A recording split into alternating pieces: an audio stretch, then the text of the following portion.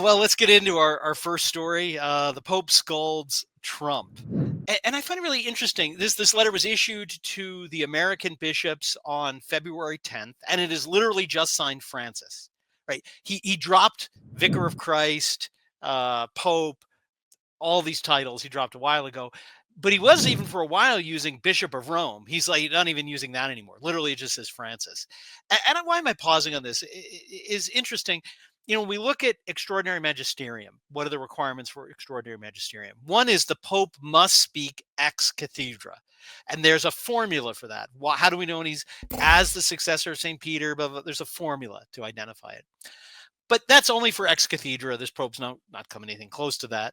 But even when speaking in his ordinary capacities, those statements which could, if they were consistent with tradition, constitute ordinary magisterium, there's a formula as well, in a sense that he needs to identify, I'm speaking in my office, not fully ex cathedra, but I'm speaking as the Pope.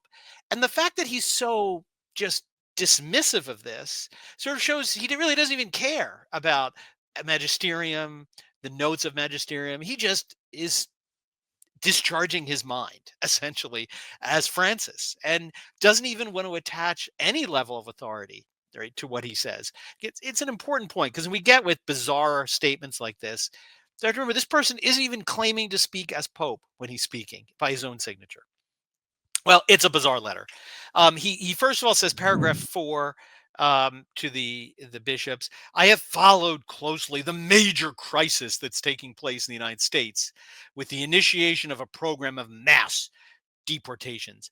Well, it's interesting. You weren't really following closely the major crisis of 25 million people invading the country and committing heinous crimes. Like that was no concern to you. It's kind of interesting. Then he goes on, the rightly formed conscience cannot fail to make a critical judgment and express its disagreement with any measure that tacitly or explicitly identifies the illegal status of some migrants with criminality. Okay, I had to read this sentence like 2 or 3 times because it's so insane. I mean, it is nonsensical. I mean, it is equivalent to saying, this is outrageous that you are equating teaching with education, or you are equating food with eating, right? I mean, that's the level of absurdity that this statement is. So what is criminality? Criminality is engaging in an illegal act, right? So something that is illegal, contrary to law, is criminal, right? It's one and the same thing. Now, there are different levels of criminality depending on different factors, the mens rea, the intention, the gravity. So there are petty crimes and serious crimes. There are certain crimes that are malum per se, that are just under the natural law, clearly crimes. There are other crimes that are malum prohibitum, made crimes because the state defines them as such. Yeah, there are a whole raft of distinctions, but there's no distinction between like a legal crime. Right? There's no like illegal act that's a crime. That's a non sequitur, right? By definition, if it's illegal, it's criminal, or if it's criminal, it's illegal, right? But he tries to, again, this is his classic modernist mumbo jumbo. He tries to say, oh, it's not critical judgment. I'm disagreeing with expressing this explicitly or implicitly, like implying. Well, first of all, I don't know what he's talking about tacitly. This is just like bare definitions, right? Something illegal is something criminal, right? And something criminal is illegal. So there's nothing tacit about it. It is just explicit. I mean, it's literally like saying it's really wrong to explicitly equate a bank robber with a criminal. What? Right? I mean, this is the point we've come where, forget about the faith. I mean, this is not actually an issue of faith, but this is an issue of logic and actual use of reason. Really, it's just that was one of the most just bizarre statements that he's attempting to use to try to basically get people to think, oh, this is much more complicated than I thought. Yeah, there's a difference between illegality and criminality. No, there isn't. They are essentially one and the same. Okay, Gets worse. He goes on, that said, the act of deporting people who in many cases have left their own land for reasons of extreme poverty, insecurity, exploitation, persecution, or serious deterioration of the environment. What? Okay. Damages the dignity of many men and women and of entire families and places them in a state of particular vulnerability and defenselessness. Okay. Here again, something he's saying that is true, right? That people who are living in war zones are being persecuted, are to be pitied, are to have our sympathy. True, but again, as we talked about last week with the order of charity, that doesn't mean we have to let them to commit a crime, right? So he's saying the act of deporting them is against their dignity. So in other words, the act of enforcing the criminal law is against the dignity of the criminal is basically the argument he's making. So it's against human dignity to punish a criminal because the punishment for breaking the immigration law of the country is deportation. So it's against the dignity of the bank robber, right? To put him in prison. I mean, I don't know if George Soros wrote this, the guy that tried to, got all these district attorneys appointed, elected, who vowed not to prosecute criminals unless they were a politician they didn't like. So again, this is really just bizarre.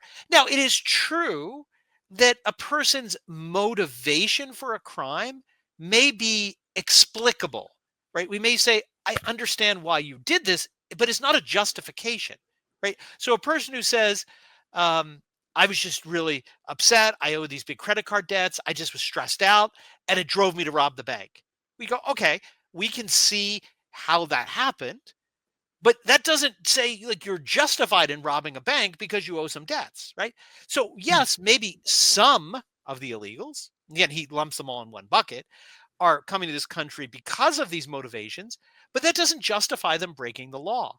Because first of all, there is a process for someone who wants to seek the exemption of asylum under our litigation or under our immigration laws. But you don't just break the law. You're supposed to do that from outside the country. So this whole sentence is again just a trickery to make you think that the bad guy are the people actually obeying and enforcing the law, and that the explanation for why someone violated the law is a justification. So he doesn't distinguish rationalization or reasons from justification. And well, as I just left, like the deterioration of the environment, he's got to throw that one in, right? That's equivalent to being persecuted. This does not impede the development of a policy that regulates orderly and legal migration. Oh, thank you. Right. However, the development cannot come about through the privilege of some and the sacrifice of others. What is built on the basis of force and not on the truth about the equal dignity of every human being begins badly and will end badly. Again, what's he talking about? This has nothing to do with the equal dignity. Again, we've already talked about it. He has no idea what dignity really means. He blurs. We looked at a document last year on this show, different levels of dignity. Please go watch that if you don't recall it or didn't see it. But essentially, basic human dignity is a dignity of nature. We all share a common human nature, and we have to respect each one of us as a rational animal, having a rational and volitional soul. But we can damage our dignity by becoming a criminal. We lower our dignity, we lower our worth. Now, never below the fact that our dignity of our nature, but we can have greater or lesser dignity, right? If we achieve virtuous acts, we increase our dignity. If we do bad things, we lower it. So again, he's basically saying that the use of force to enforce the law is against the dignity of the criminal. Well, then all human law is unjustified, essentially, is what he's saying there. Again, this is all meant to pluck a heartstring and imply the state can never use force to enforce its law, contrary to what God has done. He told, he himself used force in the Old Testament to enforce the divine law when he directly ruled Israel. And then he transferred that authority to human authorities outside of Israel, where he was directly ruling. Once he created a king at the request of the Jews, he transferred his authority to their ruler. Okay, next one. Christians know very well that it is only by affirming the infinite dignity, whoa, that we don't, the only person with infinite dignity is an infinite being. That's God. We only have a finite dignity in our nature. So I don't know what he's talking about here. Affirming the infinite dignity of all that our own identity as persons and as communities reaches its maturity. Christian love is not a concentric expansion of interests that little by little extend to other persons and groups. In other words, the human person is not a mere individual, relatively expansive with some philanthropic feelings. The human person is a subject with dignity who, through the constitutive relationship with all, especially with the poorest, can gradually mature in his identity and vocation. The true order amoris that must be promoted is that which we discover by meditating constantly on the parable of the Good Samaritan. That is, by meditating on the love that builds a fraternity open to all without exception. So this paragraph is the slap JD Vance on the wrist, right? Because as we talked about last week, JD Vance explained, according to Augustine and Aquinas, there's an order of our charity. We have to have charity towards all, but in a proper due order. And nope, not according to Francis. He knows better than Aquinas and Augustine.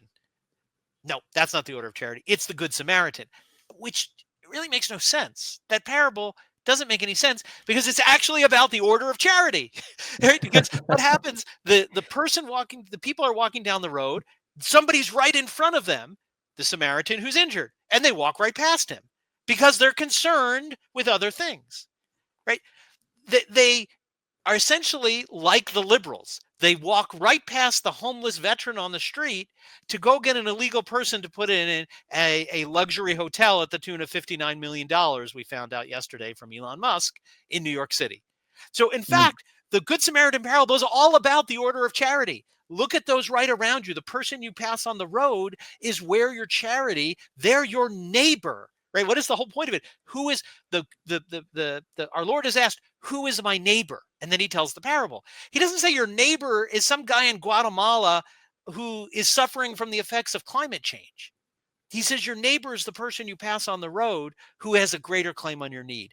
So again, his example to defeat the order of charity doesn't involve philosophy, logic, theology, history. He just pulls a parable out of thin air that actually disproves his point. It's just absolutely crazy. Now, clearly what's going on, he's lashing out at Trump and Vance, and he's encouraging the U.S. bishops to resist what's going on, the actual enforcement of immigration law. Now, why are the bishops doing that? Well, as a couple stories have recently shown, and we've talked about on this show, because that's where the money is, with the criminals. Caritas Internationalis warned that they have millions of dollars at risk with the USAID cuts. So the whole Trump approach to enforcing the law is going to cut money from the gravy train that is keeping the church in America afloat, with the loss of all the income because of all the people who've left the church. Right? We know from Vatican II, the numbers are dramatically down across every category. Right? People are fleeing the church in droves. And that means there's not as much in the collections. So how are they masking this? From free handouts from USAID, right? Which I'm not calling USAID. It is not actually, most people think it's about aid. It's the Agency for International Development. It's nothing to do with aid, but it used to always be the USAID or the US, right? They started calling it aid to make you think it's like a charity. This is not a charity. It's a political organization that is funding these Catholic liberal groups like Caritas Internationalis. This one, that came from actually Vatican News, that source, that they have millions of dollars at risk. Another just little tidbit example. This one comes to us from the Pillar. A Houston Catholic Charities cut 20% of its staff amid my immigration grant freeze. So 20% of the staff at this Catholic charity is now being cut. Again, this was all an emperor has no clothes, smoke and mirrors. The Catholic Church is financially healthy, even though they paid out billions in costs for settling all the abuse cases, because they're basically taking charity, well, not charity, welfare from the federal government to advance their political agenda. So why are the US bishops wringing their hands over this? Because it's hurting them in their pocketbook, because they can't face the fact that people don't want their new religion. They don't want their new mass. They don't want their new religion. And they're leaving the pews either for traditional parishes or, sadly, for nowhere at all. And Francis is reinforcing their grab for the money. That's sadly what's going on, and why Francis and the state are more aligned than in any time in our history. So, Yeah. do you think I'm overreacting? Am I being too hard on Francis? Absolutely not, Brian. That's great analysis. I mean, I think you hit it right on the head. I want to go over a few quick things that I think are important, and I've noticed a lot of the Catholic commentary it's missing it, and I'll be brief. But firstly, is the thing you mentioned about infinite dignity. That's a term we cannot accept. It's something that a lot Yes. of people just sort of like pass by. That's a big deal. We're saying it cannot be quantified. We're saying dignity cannot be numbered, infinite. And we've talked about before how, as you just said, that something really can only be applied to God. And even in the document, there's so many of these oxymoronic phrases that are used, because if you're losing dignity, then by definition you would think it's not infinite because it can Right. be numbered. Exactly. So there's so many of these instances like that where, and this comes back to the conciliar theology. Ratzinger was a big proponent of this in interpreting dignitatis humanae. It's a name, right? Yes. Dignity. And this is something that they would say, for example, man's dignity is so great because he has been endowed with free will that cannot be violated in any way whatsoever. They're very scrupulous about that. So for Ratzinger, or for Pope Benedict XVI, he would say that means he cannot be said that he cannot worship a false religion. So if a man goes and publicly wants to worship in a false religion, you cannot tell him no, because that would impede on his infinite dignity. That would impede on that massive dignity. That's where they're coming from. They're sort of doing an overreaction to seeing a lot of the persecutions in World War II, and they're saying we need to make man's dignity great so that we can emphasize his free will, because that will allow man to choose Catholicism rather than being persecuted. But of course, this compromises the very religion in and of itself. That's a huge problem. We can't accept that phrase. A few things about briefly what you mentioned, this notion about criminality. I think that's something important. I think there's been a lot of talk about this. He says, as you said, the rightly formed conscience cannot fail to make a critical judgment and express its disagreement with any measure that tacitly or explicitly identifies the illegal status of some migrants with criminality. He goes on to say, at the same time, one must recognize the right of a nation to defend itself and keep communities safe from those who have committed violent or serious crimes. As you mentioned, criminality, of course, it's talking about committing a crime, and he's somehow saying that committing the crime of going over the border is not a crime. We can't define that as criminality. I think that's getting back to something Francis holds, that it's a very modern conception that really it's only wrong if it's a grievous crime. It's something awful, like a violent crime or Like something like offering a that. traditional Latin mass, I think, is or, about or the that, right? right, right. Exactly. So I think it's either he's saying that, where it's really only a crime if it is violent or serious, as he says. He Yes. seems to almost define criminality as it has to be violent or serious, not recognizing that it is oftentimes, it does deprive somebody of a good if you're coming into the country illegally. But I think one thing I've seen is a Pope-splainer defense is saying that, well, the criminality by definition has to mean something to do with intent. That's the Pope-splainer line of thinking as well. Just because you cross the border illegally doesn't mean you intended to cross the border illegally. I don't understand where these people are getting from. I think I've woken up in the Twilight Zone. I Well, don't think. whoever they are, have never been to law school is the short answer, because there are certain crimes that require intent and certain that don't. Right. Mm. And so the next time that you get a speeding ticket, I'll encourage that Pope splainer to go to court and argue you didn't intend to go over the speed limit. Good luck with that one. Right. Now, Exactly. I think again, anybody even with it might common sense. mitigate punishment. They might say, well, okay, we'll give you a lower fine, but it doesn't vitiate liability, right? Mm, Really, I think these Pope splainers should actually know what they're talking about, but they don't care because their whole goal is not to be right. It's just to rationalize the nonsense or oxymorons.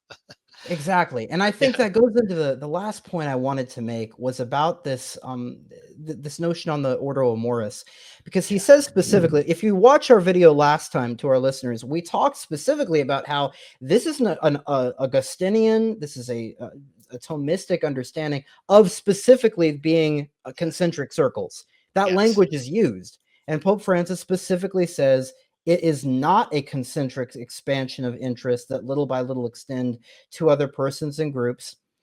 Firstly, then he goes on to say, in other words, the human person is not a mere individual, relatively expansive with some philanthropic feelings. That does not follow from the concentric Right. circles. That Yes. has nothing to do with anything. And then the rest is simply gobbledygook. I mean, it has nothing to do with anything. The human person is subject to dignity. The rest of that statement means nothing. It's Yeah. platitudes, which we often see in these Franciscan writings. And some person I do have to mention this. A lot of people were looking to Michael Knowles this morning for analysis on this, and unfortunately, he gave the Pope splainer line of thinking. He came out and said there must be something lost in translation. There must be something. People are maligning the Pope. People have always maligned the Pope. I think in this instance in particular, we have to all be on the same page and say this is obviously the Pope coming out with an intending to apply principles which he gets wrong. He fogs them up. He doesn't understand them well. He doesn't articulate them well, and then he applies them improperly with poor empirical data. He has not been following this case well, because if somebody was trying to fit in, even if one wanted to take a one-to-one applying 19th century moral theology or third century moral theology to now, we've never dealt with mass migration on this scale. We're not dealing with just having one person come to the border who's a refugee and dealing with an individual. We have to think of the societal scale. We're dealing Yes. with tens of millions of people claiming that, demanding refugee status, demanding to come into the country, disobeying the laws by coming into the country. What are we supposed to do with them? And I think some of the principles Pope Francis mentions about, well, for example, if you sent back somebody and you knew that by sending them back they were going to die, I think we can talk about the morality there. I think that's obviously something that should be considered. That's not happening in these cases. If Right. you're sending somebody back to even Colombia, um, to various Central American countries, to Mexico, they're not at risk of death just by deporting them there. This stuff doesn't work. I think he has bad empirical data. He's misapplied the principles, and this should be rejected and resisted because this has nothing to do with Catholicism. JD Vance was right in his expression of Ordo amoris. Pope Francis, this was a miserable application of anything. Yeah, a challenge to Michael Knowles. Well, if you think it's that, prove where the mistranslation is, and you're not going to be able to do that because, first of all, what Francis has done here, we don't know. We don't have an original language. So in the past, the Pope would speak in Latin, and then we'd have the baseline Latin, and we could say, "Oh, look, the original was mistranslated." They just put out simultaneously English, Spanish, French, and Italian. So Mm-hmm. what is a mistranslation of what? And use your brilliant language skills to show us where it's a mistranslation. Yeah, I don't think it can be done. Nope.